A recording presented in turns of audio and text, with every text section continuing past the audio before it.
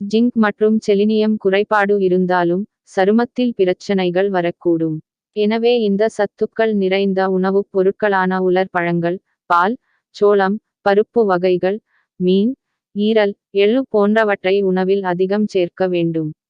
சிலர் முகத்தில் பரு வந்தாலே கைகளை வைத்து கிழுவது வழக்கம். இதனால் முகத்தில் அசிங்கமான தழும்பை ஏற்படுத்தி விடுகின்றது. முகத்தில் உள்ள அசிங்கமான கரும்புள்ளிகள், பருக்கள் மற்றும் தழும்புகளை மறைக்க உதவும் சில எளிய இயற்கை வழிகள் கொடுக்கப்பட்டுள்ளன. தற்போது அவற்றை பார்ப்போம். கிரான்பெர்ரி, ஸ்ட்ராபெர்ரி போன்றவற்றில் ஏதேனும் ஒரு பழத்தைக் கொண்டு முகத்தை சிறிது நேரம் மசாஜ் செய்து 15 நிமிடம் கழித்து முகத்தை கழுவ வேண்டும். பேக்கிங் சோடாவை நீர் சேர்த்து பேஸ்ட் செய்து முகத்தில் தடவி சிறிது நேரம் ஸ்கரப் செய்து பின் கழுவ வேண்டும். இதனால் சருமத்தில் உள்ள இறந்த செல்கள் முழுமையாக வெளியேற்றப்பட்டு முகம் பொலிவோடும் அழகாகவும் இருக்கும். எலுமிச்சை சாறு மற்றும் தயிரை சரிசம அளவில் எடுத்து ஒன்றாக கலந்து முகத்தில் தடவி 15 நிமிடம் கழித்து முகத்தை கழுவ வேண்டும்.